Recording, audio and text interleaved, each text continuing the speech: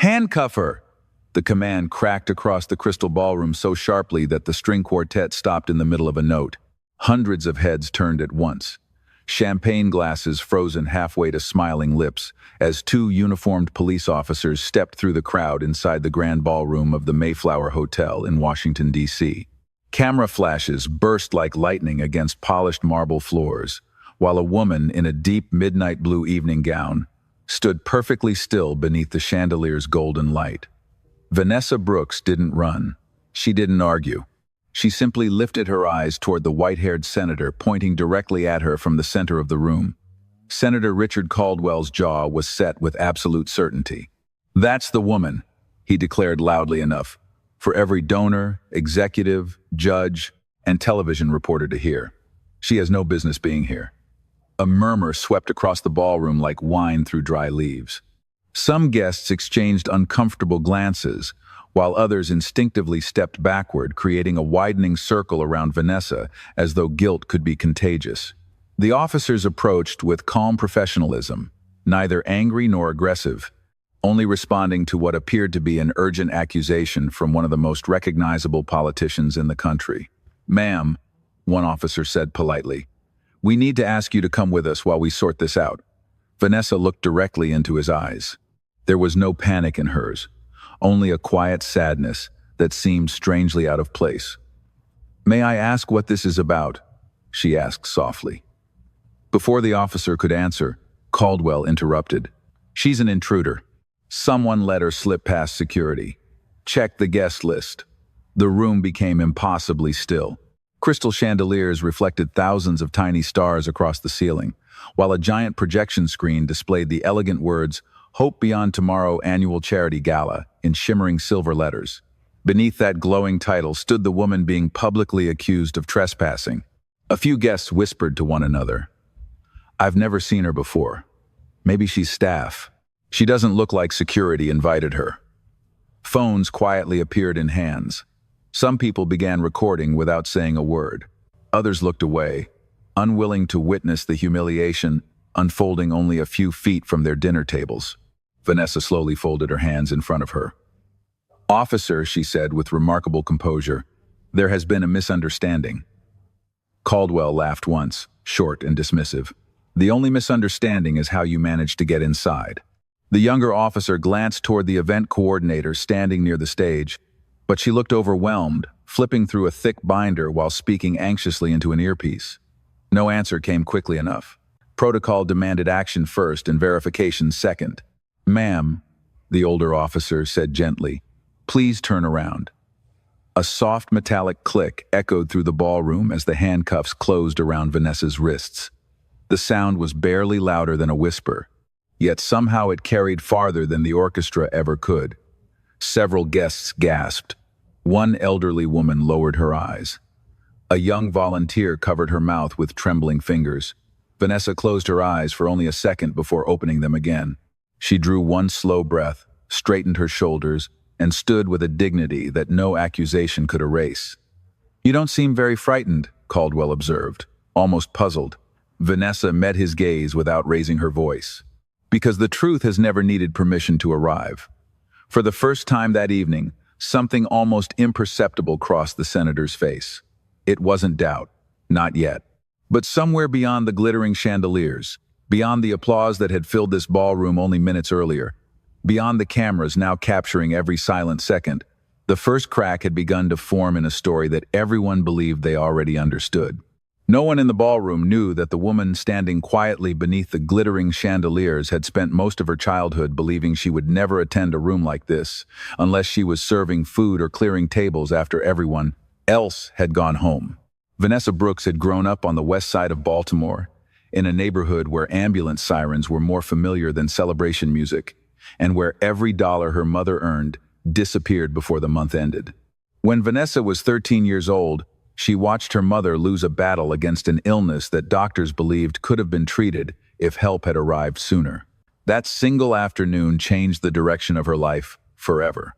While other children dreamed about becoming famous or wealthy, Vanessa made herself a quiet promise beside a hospital window overlooking the parking lot. If she ever had enough, She would make certain that money would never again decide who deserved another chance to live. She carried that promise through community college, through night classes, through years of working 2 jobs, and eventually through the creation of Hope Beyond Tomorrow Foundation. The organization started inside a rented office, no larger than 300 square feet, with second-hand desks, donated computers, and volunteers who believed compassion could accomplish what politics often could not. Year after year, the foundation quietly expanded across Maryland, Virginia, and the District of Columbia, paying for surgeries, rehabilitation programs, emergency housing, scholarships, and transportation for families who had nowhere else to turn. Vanessa refused to place her own face on brochures or billboards. Every annual report listed only the foundation's name because she believed generosity should shine brighter than the person giving it. Even many longtime donors had never actually met her. They assumed the founder preferred privacy, and she was perfectly content, allowing the mission to speak louder than her biography. Tonight had been no different. She had arrived nearly an hour before the guests, greeting caterers by name, thanking volunteers for sacrificing their Saturday evening, and quietly asking the florist to move a centerpiece away from a wheelchair access path so everyone could move comfortably throughout the ballroom. She wore no expensive diamonds, no dramatic designer label that announced wealth. Only the simple midnight blue gown her longtime friend Angela had convinced her to buy after insisting that every founder deserved one evening to enjoy the celebration she had built. Before the doors officially opened, Vanessa had slipped into a side hallway to personally thank the hotel staff. She believed every successful event belonged just as much to the people polishing silverware and arranging chairs as to the executives making speeches on stage. One dishwasher smiled with surprise when she remembered his daughter's college graduation from the previous spring. A housekeeper laughed as Vanessa asked about her grandson's baseball season. To Vanessa, those conversations mattered more than photographs with elected officials. That was why she had not rushed toward the front entrance when the first wave of influential guests arrived. She preferred watching everyone else enjoy the evening first. She never imagined that the few minutes she spent speaking with employees would leave her entering the ballroom alone, unnoticed by the organizers who expected her to already be seated backstage. As she now stood with cool metal resting around her wrists, fragments of those earlier conversations drifted through her mind. The scent of fresh white roses still floated through the air. Soft piano music had resumed, although far more cautiously than before. Across the room, she noticed one young volunteer staring at her with widening eyes, as though recognition had almost arrived but had not yet fully taken shape. Vanessa offered the young woman a reassuring smile despite everything unfolding around her. She refused to let fear become the loudest voice in the room. Somewhere beyond the crowd, hidden behind velvet curtains and glowing stage lights, a truth far greater than anyone present had yet realized was quietly making its way toward the ballroom. Senator Richard Caldwell had spent nearly 3 decades inside marble buildings, where people stood when he entered a room and lowered their voices when he spoke. At 61 years old, he had become one of the most recognizable faces on Capitol Hill, a man whose speeches appeared on national television and whose signature often determined the future of legislation worth billions of dollars. Confidence had followed him for so many years that it no longer felt like confidence at all. It felt like certainty. He believed he could read people within seconds. Their clothes, their posture, the way they carried themselves. All of it became evidence in the silent judgments he made before conversations ever began. Tonight was supposed to strengthen his public image. Cameras waited for photographs of him presenting a generous donation. Melissa Harper adjusted his tie moments before the ceremony. "Everything is ready, Senator," she said quietly. "The press is expecting your remarks in about 15 minutes. Caldwell nodded without taking his eyes off the ballroom. "Good. These events remind people who is willing to lead." Melissa forced a polite smile. She had worked with him long enough to recognize when his confidence drifted dangerously close to arrogance, but she also knew challenging him in public accomplished nothing. Across the room, he noticed Vanessa standing alone near the entrance after speaking with several hotel employees. She carried herself calmly, almost as though she belonged wherever she chose to stand. Yet Caldwell did not recognize her face from any political reception, fundraising dinner, or social registry he had attended over the years. That alone convinced him something was wrong. Who invited her? He muttered. Melissa followed his gaze. I am not sure, Senator. I can ask the event staff. Look at her, he replied under his breath. She came in through the service hallway. She was talking with employees. People like that do not suddenly appear at invitation-only galas. Melissa hesitated. Perhaps she works with the foundation. Caldwell dismissed the thought with a small wave of his hand. If she worked with the foundation, someone would know her. He never considered another possibility, that the founder had deliberately chosen to spend her time thanking employees instead of introducing herself to politicians. His assumptions quietly filled every gap left by missing facts. Nearby, several influential guests overheard the conversation without fully understanding it. One businessman whispered to his wife, "The senator seems concerned." She answered softly, "If he thinks something is wrong, security probably should check." Assumptions multiplied from table to table with remarkable speed. No one actually knew Vanessa. No one asked her name. The authority in Caldwell's voice became enough to replace evidence. Even the event security supervisor glanced nervously toward the officers, reluctant to question someone whose photograph hung in government buildings across the country. Caldwell straightened his jacket and stepped forward with the practiced composure of a man accustomed to immediate obedience. "Officer," he said firmly, "that woman should not be here." His words carried the weight of office rather than proof. The officers acted respectfully, believing they were protecting the guests from a possible security concern. Melissa watched everything unfold with growing discomfort. Something about Vanessa's expression unsettled her. There was no desperation, no confusion, no attempt to escape attention. Instead, the woman looked almost heartbroken, as though she had witnessed a disappointment she had hoped never to see again. "Senator," Melissa whispered carefully after the handcuffs had been secured, "should we verify the guest list before this goes any further?" Caldwell kept his eyes fixed on Vanessa. "There is nothing to verify. A charity gala cannot afford uncertainty." He believed he was protecting the evening. He never imagined he had just become the greatest threat to it. As silence settled over the ballroom once again, the enormous projection screen behind the stage briefly flickered, unnoticed by almost everyone except a young audiovisual technician who frowned at a notification appearing across his monitor, a notification marked with one word that would soon change everything: founder. The ballroom remained suspended in an uneasy silence that seemed to grow heavier with every passing second. The orchestra had quietly set their instruments aside, uncertain whether the evening had become a celebration or an investigation. Two police officers stood beside Vanessa Brooks with calm professionalism, never tightening their grip, never raising their voices, simply waiting for someone to provide the information that would either confirm or correct the accusation placed before them. Vanessa slowly looked around the room, recognizing faces that she had seen only in photographs attached to donation reports, annual newsletters, and handwritten thank you cards prepared by her staff. Many of those people had benefited from the foundation's work, yet almost none of them recognized the woman who had deliberately remained behind the scenes for years. The irony settled over her like the warm light pouring from the chandeliers above. Senator Richard Caldwell stepped closer, his polished shoes clicking against the marble floor. "This event cannot continue until we know exactly who you are," he said with measured authority. Vanessa answered, without bitterness, "That is a reasonable request, Senator. I only ask that you allow someone from the foundation to speak before you decide who belongs here." Caldwell folded his arms. "If your explanation is legitimate, then someone will confirm it soon enough." Melissa Harper quietly leaned toward him once again. "The event director is not answering her radio. They may be backstage preparing the presentation." Caldwell barely acknowledged her concern.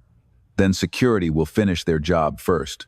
Across the ballroom, dozens of guests continued whispering. A prominent attorney adjusted his glasses and quietly remarked to the woman beside him, "She does not seem like someone attempting to sneak into a charity gala." The woman glanced toward Vanessa before lowering her voice. "Neither does the senator seem like someone who makes careless accusations." Both statements hung in the air without resolution. Near the entrance, a young volunteer named Emily Parker felt her heartbeat quicken. She had spent the previous 6 months organizing donor files for Hope Beyond Tomorrow Foundation. Something about Vanessa's face seemed familiar, although she could not understand why.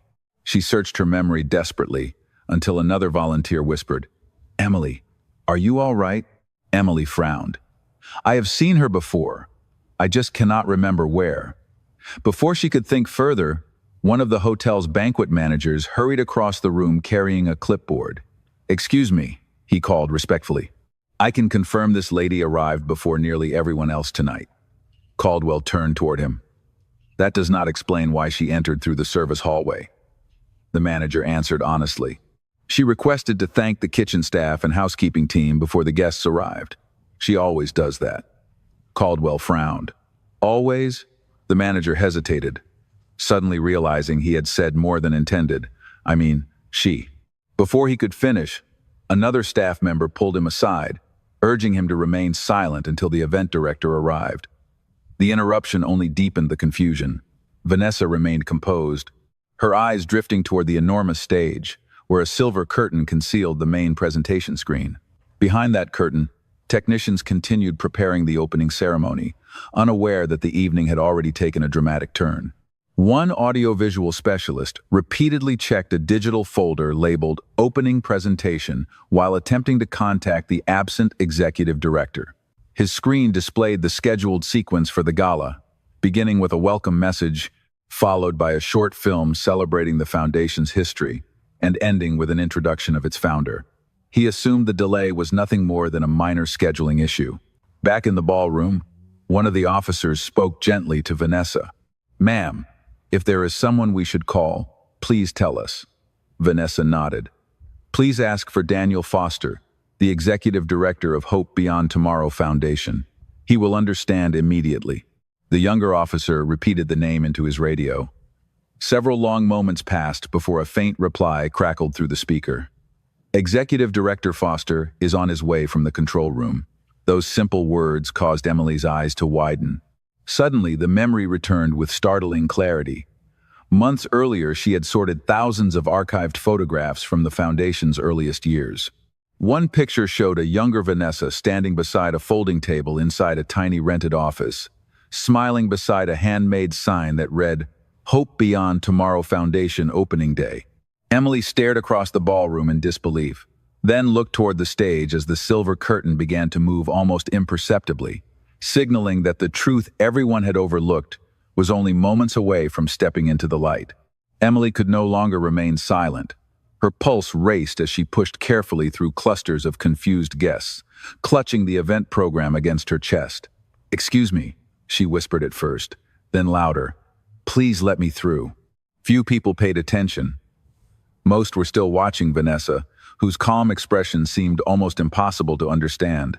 She stood beneath the warm glow of the ballroom lights, with the same quiet dignity she had shown since the first accusation, never raising her voice, never demanding special treatment, as though she trusted something greater than public opinion to arrive at exactly the right moment.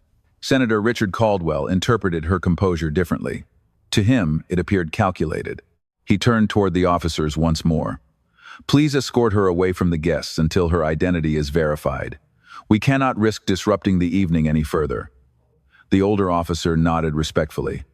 Ma'am, would you mind walking with us toward the side of the ballroom? Vanessa answered with a gentle smile. I will cooperate. As they began moving together across the polished marble floor, conversations resumed in uneasy whispers. One television reporter quietly instructed her cameraman, keep recording. Something about this does not feel finished. A philanthropist from Northern Virginia lowered his glass and murmured to another donor, I have attended these galas for 10 years. I have never seen anyone remain this calm under public embarrassment. His companion replied, either she has accepted her mistake or she knows something the rest of us do not. Near the stage, Emily finally reached Melissa Harper. Breathing heavily, she leaned close and spoke in an urgent whisper. I know who that woman is. Melissa looked at her with surprise. Who? Emily glanced toward Vanessa before answering. I processed thousands of historical files for the Foundation. I am almost certain she is in our archives. Melissa frowned. Are you saying she works here? Emily shook her head slowly. No, I think. Before she could finish, the ballroom doors opened again. Daniel Foster, the executive director of Hope Beyond Tomorrow Foundation, hurried inside with two members of the event operations team following close behind. His jacket was unbuttoned, and he still held a wireless headset in one hand. The moment his eyes found Vanessa standing beside the officers, every trace of color disappeared from his face. "Vanessa!" he called instinctively. His voice echoed across the ballroom, with enough force to silence every conversation at once. Daniel immediately realized what he had done. Hundreds of eyes shifted from him to the woman wearing handcuffs. He rushed forward, but one security supervisor politely stepped into his path. "Sir, please remain where you are until we understand the situation." Daniel stared in disbelief. Understand the situation? He stopped himself, taking one controlled breath as years of professional discipline returned. "Officer," he said carefully, "I respectfully ask that you pause for 1 minute before taking another step." Senator Caldwell approached with visible irritation. "And you are?" Daniel extended his hand. "Daniel Foster, Executive Director of Hope Beyond Tomorrow Foundation." Caldwell accepted the introduction with a restrained nod. "Then perhaps you can explain why this woman entered a private charity gala without proper identification." Daniel looked directly at Vanessa, before turning back toward the senator. "She entered exactly the way she always does." Caldwell folded his arms. "Meaning?" Daniel answered with complete sincerity. "She arrived early to thank the hotel employees before greeting the donors." Several guests exchanged puzzled glances. Caldwell's expression hardened. "That still does not explain why everyone here seems unable to identify her." Daniel looked slowly around the ballroom, meeting the eyes of volunteers, board members, reporters, and longtime supporters.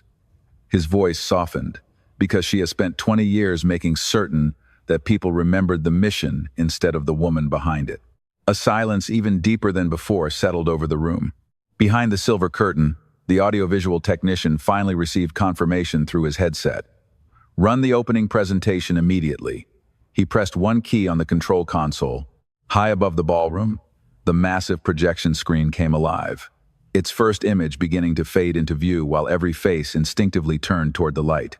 The brilliant glow of the projection screen washed across the ballroom, replacing the warm golden light with a cool white brilliance that drew every eye upward. Conversations disappeared as though someone had quietly closed a door on the noise. Even the officers standing beside Vanessa Brooks instinctively looked toward the stage. Daniel Foster did not say another word. He simply watched the screen with the quiet confidence of a man who knew facts would soon speak more clearly than emotions ever could. A gentle piano melody filled the room as the opening presentation began exactly as it had been programmed weeks earlier. Historic photographs slowly appeared one after another, showing volunteers loading donated medical equipment into aging vans, doctors shaking hands with grateful families, children leaving hospitals with hopeful smiles, and community centers opening their doors across Maryland, Virginia, and the District of Columbia. The audience recognized many of the projects. Several donors smiled with pride, remembering the campaigns they had supported over the years. Then another image faded into view. It showed a small office with worn wooden desks, folding chairs, and a handmade banner that read Hope Beyond Tomorrow Foundation Opening Day. Standing at the center of that photograph was a younger Vanessa Brooks, smiling quietly while holding a cardboard box filled with donated school supplies. Emily covered her mouth with both hands. "I knew it," she whispered, tears forming in her eyes. Around the ballroom, guests leaned forward in disbelief. The slideshow continued.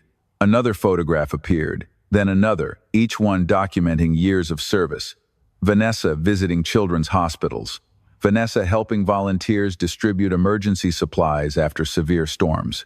Vanessa sitting beside families in waiting rooms without a single camera nearby. She looked almost exactly the same, only younger, always standing slightly behind everyone else instead of in front. A soft voice began narrating through the ballroom speakers. 20 years ago, one woman believed that dignity should never depend upon wealth, race, or circumstance. She quietly founded Hope Beyond Tomorrow Foundation with one mission: to ensure that every family facing a medical crisis would find compassion before despair. Senator Richard Caldwell slowly lowered his hands from where they had been folded across his chest. His expression no longer reflected certainty. Instead, confusion settled across his face, as pieces of a story he thought he understood began slipping away. Melissa Harper looked toward him, but found no words. The narration continued. Rather than placing herself at the center of public recognition, our founder chose anonymity, believing that every success belonged to the volunteers, physicians, donors, and families who carried the mission forward together. A final photograph appeared. It was taken only minutes before the Gala doors had opened that very evening. Vanessa stood in the hotel kitchen laughing with cooks, servers, and housekeepers while helping arrange trays of desserts. The timestamp in the corner confirmed it had been captured less than 1 hour earlier. The banquet manager quietly lowered his head. "I told them," he murmured to himself. One of the officers looked toward Vanessa with visible concern. "Ma'am," he said gently, "I think we owe you an apology." Vanessa answered with the same calm voice she had carried throughout the evening. "Please wait until everyone understands the whole story." Her response surprised him even more than the presentation itself. She was not interested in winning an argument. She wanted the truth to arrive completely, without interruption. Daniel glanced toward the control booth and gave a subtle nod. The audiovisual technician understood immediately. The opening presentation had not yet reached its conclusion. There was still one secured file remaining in the sequence, one that had never been discussed publicly because its beneficiary had requested complete privacy years earlier.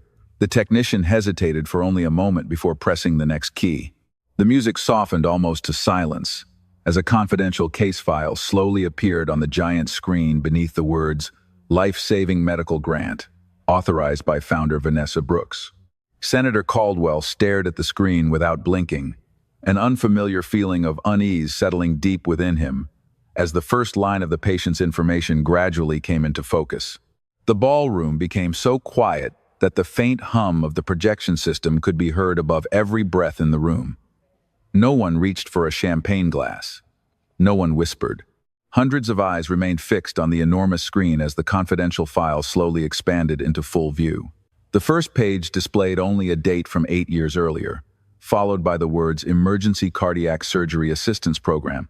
Beneath it appeared the Foundation's internal authorization number and a single signature in elegant handwriting. Vanessa Brooks. Another page faded onto the screen. The narrator's calm voice returned.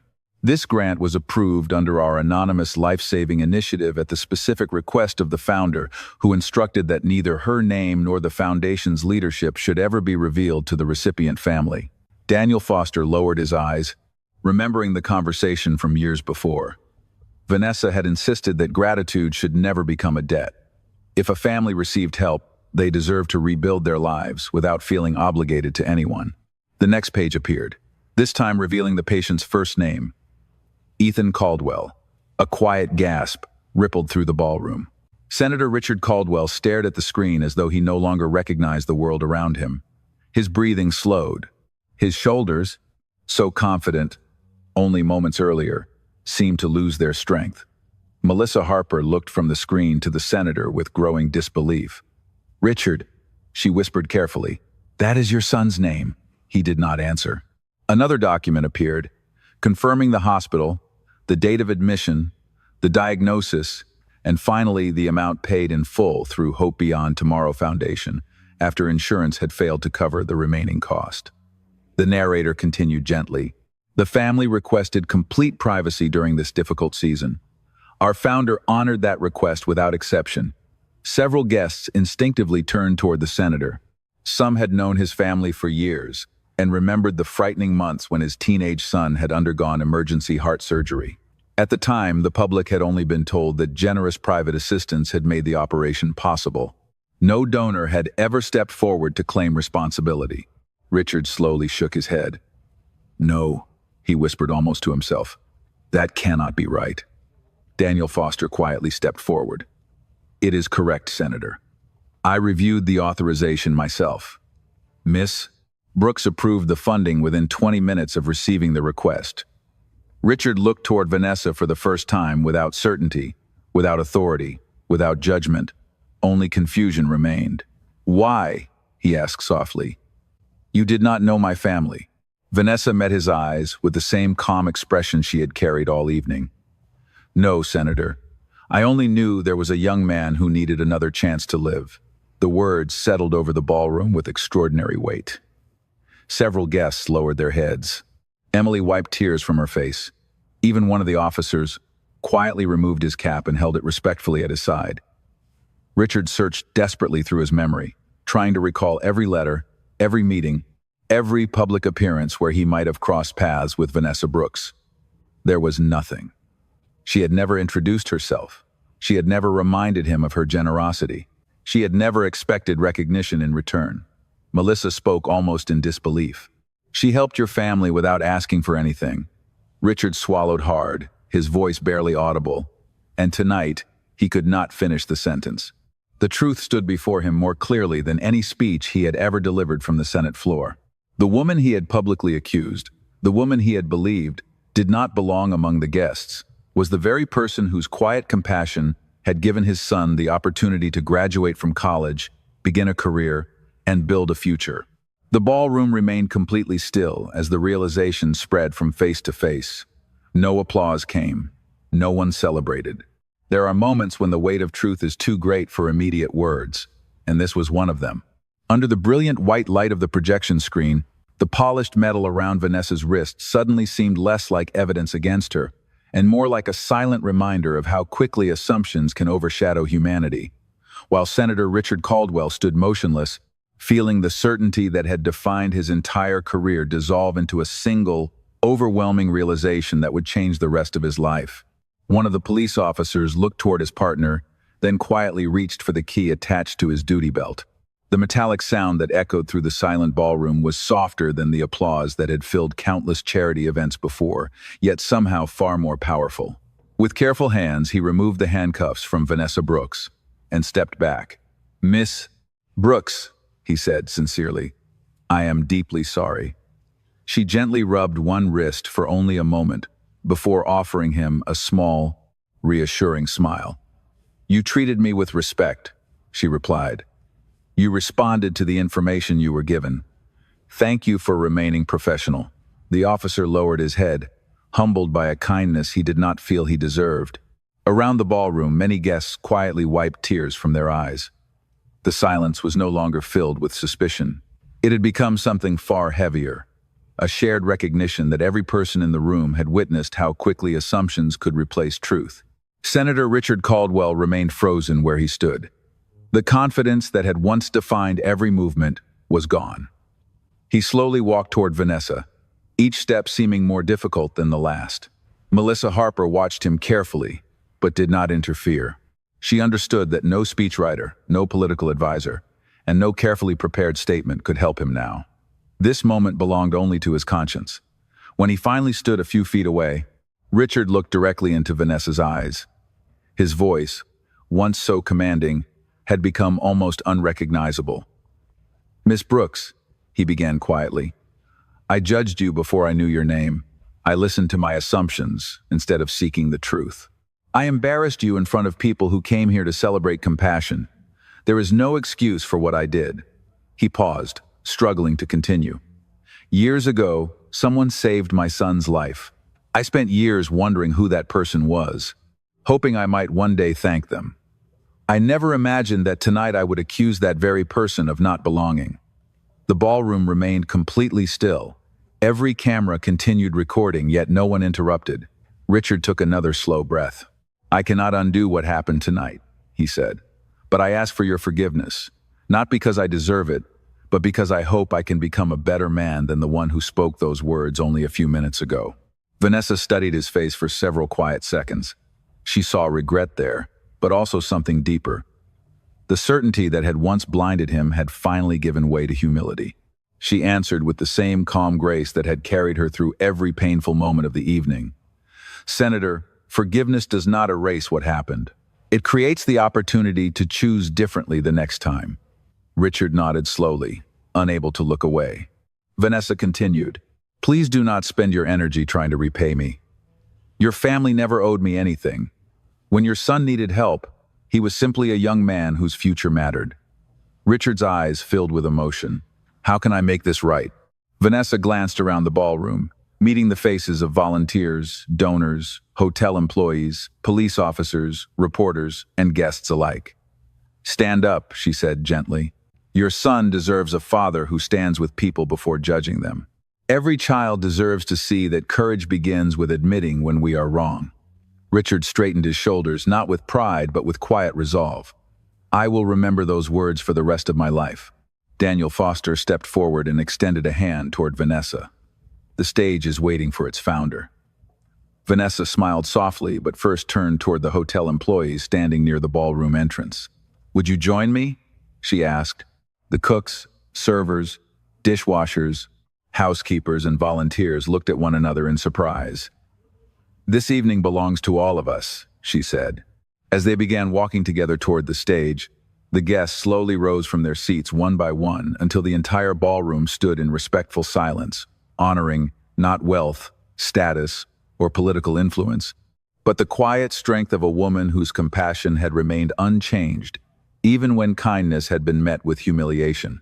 Vanessa Brooks stepped onto the stage without rushing, her footsteps almost disappearing beneath the quiet that filled every corner of the ballroom. The bright lights that had been prepared to celebrate another successful year of charitable work now illuminated something far more meaningful. They revealed a room full of people who had just witnessed how easily appearances could overshadow truth and how quietly dignity could overcome humiliation. The hotel employees she had invited to join her hesitated at first, uncertain whether they truly belonged beside the foundation's board members, physicians, donors, and community leaders. Vanessa smiled warmly and motioned for them to stand closer. Please, she said gently. None of this exists without every person in this room. The servers still wearing white aprons, the housekeepers who had prepared every guest room upstairs, the cooks who had spent the afternoon preparing dinner, and the volunteers who had folded programs and arranged chairs, slowly gathered beside her. For the first time that evening, there was no visible line separating titles, occupations, or social status. Daniel Foster walked to the podium and quietly adjusted the microphone before stepping aside. He understood that the moment did not belong to him. Vanessa looked across the audience, meeting familiar faces and strangers alike. Tonight was never supposed to be about me, she began. Hope Beyond Tomorrow was built because thousands of people believed that compassion becomes stronger when it is shared. Every family we have served reminds us that difficult moments do not ask who is wealthy, who is influential, or who is well known. They simply ask whether someone is willing to care. She paused, allowing the words to settle naturally throughout the ballroom. I hope that what happened this evening becomes more than an uncomfortable memory. I hope it becomes a reason to pause before assuming we know another person's story. Every face we meet carries experiences we cannot see.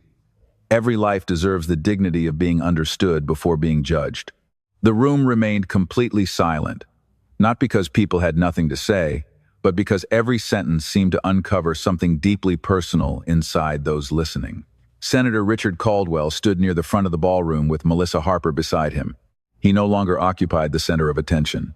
He seemed relieved by that fact. Quietly, he reached into his jacket pocket and removed the folded speech he had planned to deliver that evening. After looking at it for a long moment, he folded it once more and slipped it back into his pocket. Those carefully prepared remarks no longer mattered. The lesson he had learned would never fit onto a printed page. One by one, guests approached the hotel employees, volunteers, and foundation staff to shake hands and offer genuine thanks. Conversations that had once revolved around influence and recognition shifted towards service, gratitude, and shared purpose. The police officers also remained until the evening concluded. Before leaving, each thanked Vanessa once more for the grace she had shown despite everything that had happened. She wished them safety and told them to continue serving their community with fairness and compassion. Outside the Mayflower Hotel, a gentle summer breeze moved through the streets of Washington as guests slowly departed beneath the glow of historic street lamps. Television crews packed away their equipment, but many reporters quietly agreed that the most important story of the night had never been about scandal. It had been about character. Weeks later, the video recorded inside the ballroom continued spreading across the country. People discussed the importance of humility, fairness, and listening before reaching conclusions.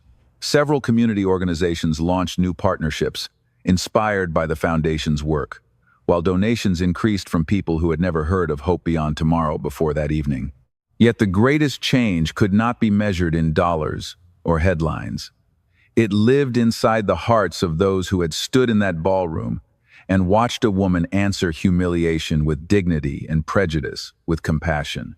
Long after the lights were turned off and the last chair had been folded away, one image remained impossible to forget. Vanessa Brooks walking slowly through the quiet ballroom beside the very people who had worked behind the scenes all evening. Sunlight from the hotel entrance stretching across the polished marble floor, their reflections moving together as one, leaving behind a silence that sounded remarkably like justice.